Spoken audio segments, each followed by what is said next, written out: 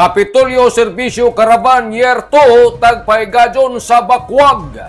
Si Provincial Governor Robert Lyndon Barbers Malipadyon namupasibaw sa Maradyaw na balita kabahin sa ija programa ang pag-atiman sa kaimsog nan panlawas sa katawan dinhi sa entero probinsya ng Surigao del Norte.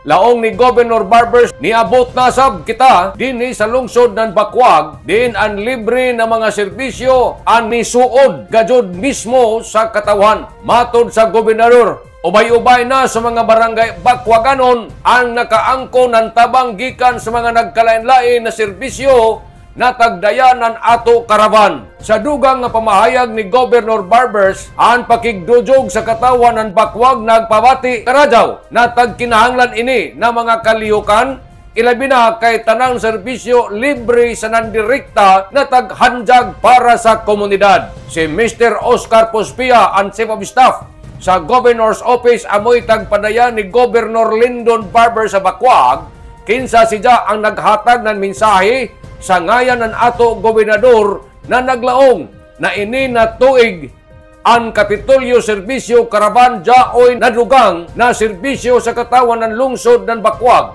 Laong ni Mr. John Pospia, ang adyan lamang ini nato na paimusla na serbisyo na taghatag ni Governor Barbers para sa mga Bacuaganon, ingon sa mga Surigaonon libre na taghatag.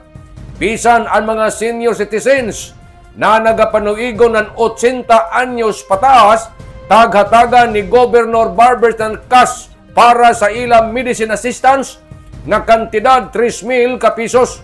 May mga food packs na tanpanhatag para sa mga person with disabilities sa mga solo parents. So ini nato Serbisyo Caravan, Kapitolyo Serbisyo Caravan na tagmugna kadto pinaagi sa mga inisyatibo na taghimo na nato gobernador. Ato naman ini nasugdan ang una pa ang last year.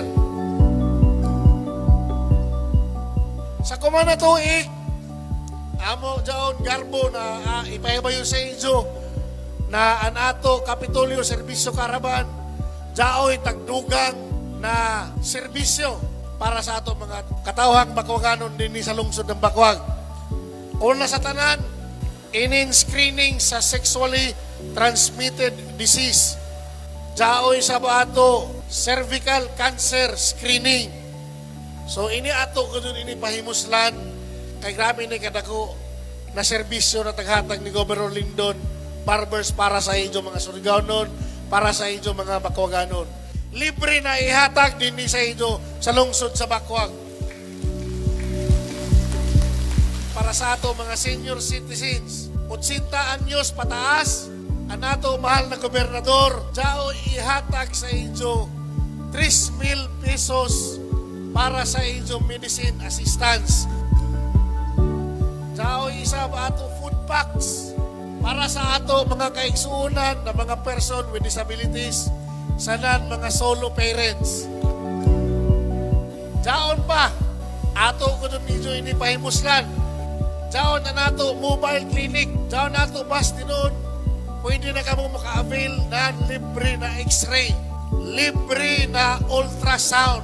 Si Mr. and Mrs. Felicidario Destajo na taga-barangay Payapag, lungsod ng Bacuag, dako ang ila pasalamat ngadto kan Governor Lyndon Barbers tungod kay nataga na nan kasulbaran ang ila problema sa mata. Sanan ila giampo na magpadadyon gyapon ini na programa sa gobernador. Salamat Job sa imo pagtabang sa amo. Namo pasalamat sa mata. Inautunta padadyon pagkagasinap ko. Sanan si Mrs. Mayet Rivero na taga-barangay Pautaw, Bacuag, na ang ija anak na PWD na tagan ni Governor Barbers ng wheelchair. Gob Lyndon Barbers, salamat Gob sa inyong Kapitolyo Serbisyo Caravan nga usami naka benepisyo akong anak nga PWD. Dako kayo ning tabang sa iyang wheelchair kay bugat na laging taon siya, di siya kalakaw, di siya kalingkod. May ito sa wheelchair kay guyod-guyoron ra nako siya, sir. Daghang salamat Gob. God bless. Nanukad gikan diri sa Kapitolyo ini si Marek Sinars Marconsim Vlogs Mario Kunali simulan mo laong salamat. Maradyaw na adlaw. natong tanan.